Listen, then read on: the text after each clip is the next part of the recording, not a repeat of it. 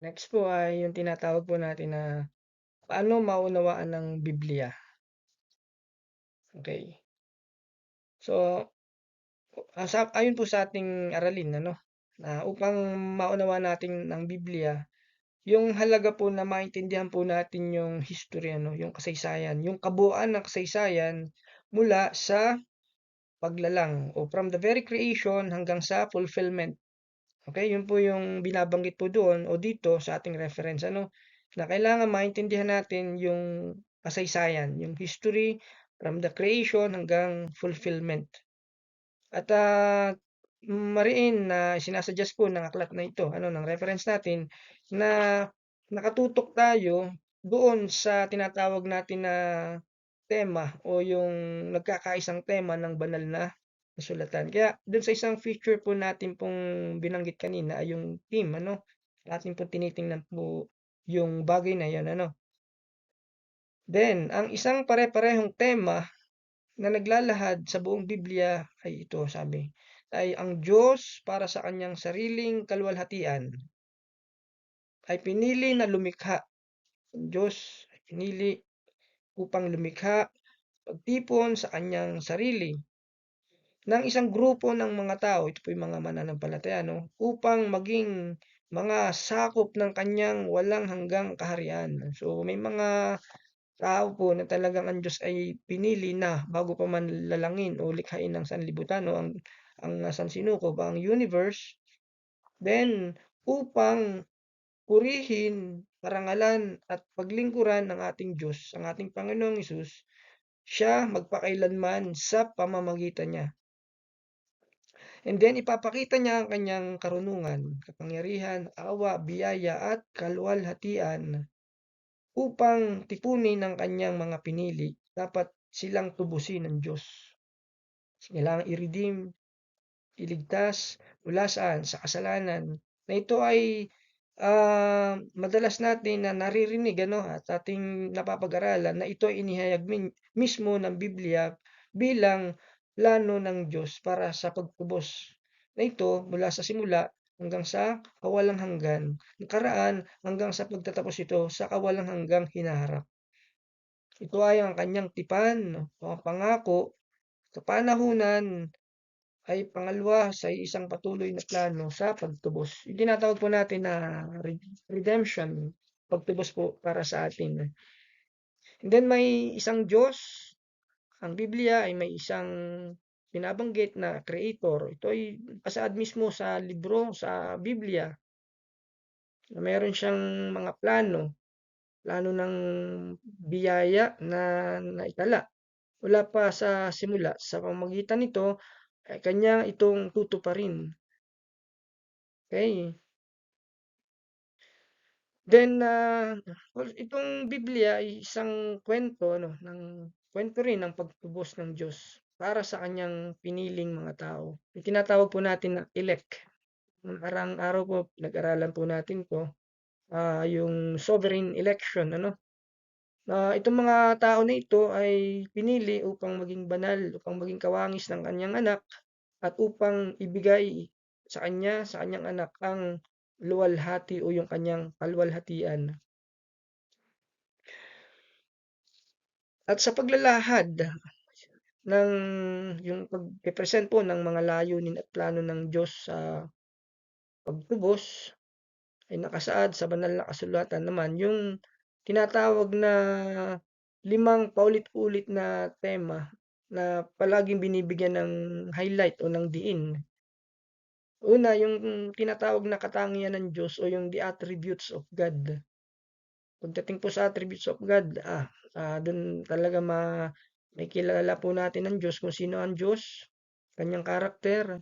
Siya ang isang mapagmahal na Diyos, maibigin na Diyos, punong-puno ng awa, punong-puno ng biyaya. He is a God of grace. Siya ang omnipotent, omnipresent, omniscient God. At He is a merciful God. At He is a sovereign, powerful.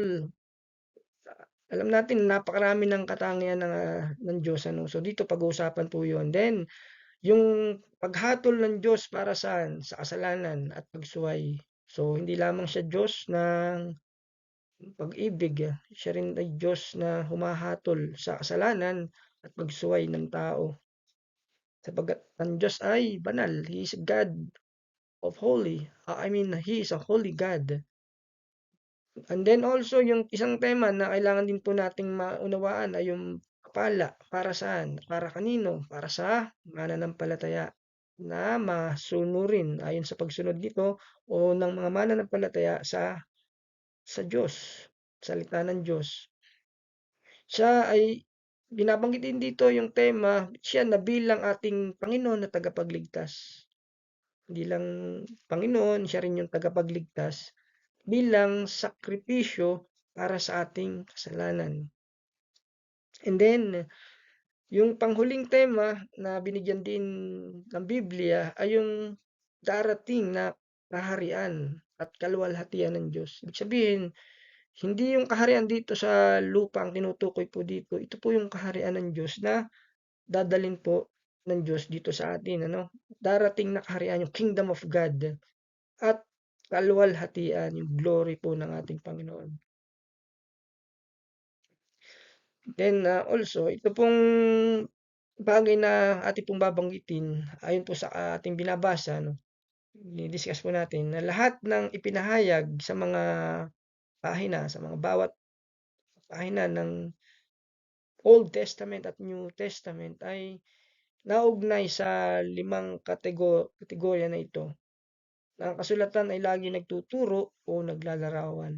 Tuturo. Kaya importante po yung tinatawag na sound doctrine, Kasi tinuturo po nito yung katotohanan ng salita ng Diyos. At naglalarawan, ang nilalarawan nito, at tinuturo nito, yung karakter at katangian ng Diyos. Pangalawa, yung trahedya ng kasalanan o yung resulta ng kasalanan at pagsuway sa banal na pamantayan o yung standard ng Diyos. So, ibig sabihin, merong resultang negatibo sa lahat ng kasalanan, sa lahat ng pagsuway, sapagkat sabi nga po ng Biblia, ang Diyos ay banal at ayaw niya at galit siya sa kasalanan. And then, pangatlo, dito sa kasulatan, nagtuturo o tinuturo nito ang pagpapala ng pananampalataya. May pagpapala na dala, dulot ang pananampalataya at pagsunod sa pamantayan ng Diyos. Magandang balita po yan, po. Pangapat ay ang pangangailangan para sa isang tagapagligtas. Yes, kailangan po natin ang ating tagapagligtas. Sa pamamagitan ng kanyang katwiran, kanyang righteousness, at siya yung humalili, naging replacement natin, mga makasalanan upang tayo ay patawad. Sabihin, instead na tayo po yung nagbayad ng kasalanan, siya po ang nagbayad ng ating Panginoong Hesus sa pamamagitan ng ating pananampalataya at yun po ay biyaya ayon sa awa ng Diyos po sa atin. At ayon sa kanya, at dito ipinapahayag na siya ay Diyos na makatarungan. He is a God of justice. At yun, ang pagsunod ay mahalaga ayon sa kanyang pamantayan. Bilang panglima, na nakasaad, tinuturo, inilalarawan ng aklat ng Biblia na ang darating ang maluwalhating wakas ng kasaysayan ng pagtubos sa karya ng Panginoong tagapagligtas at ang sunod na walang hanggang paghahari at kaluwalhatian ng Diyos at ni Kristo. Okay. Alright, so yun po yung ilan sa madalas pong pinag-uusapan po ng salita ng Diyos. Mahalaga po ito para sa ating mga mananampalataya na nag-aaral po ng Word of God.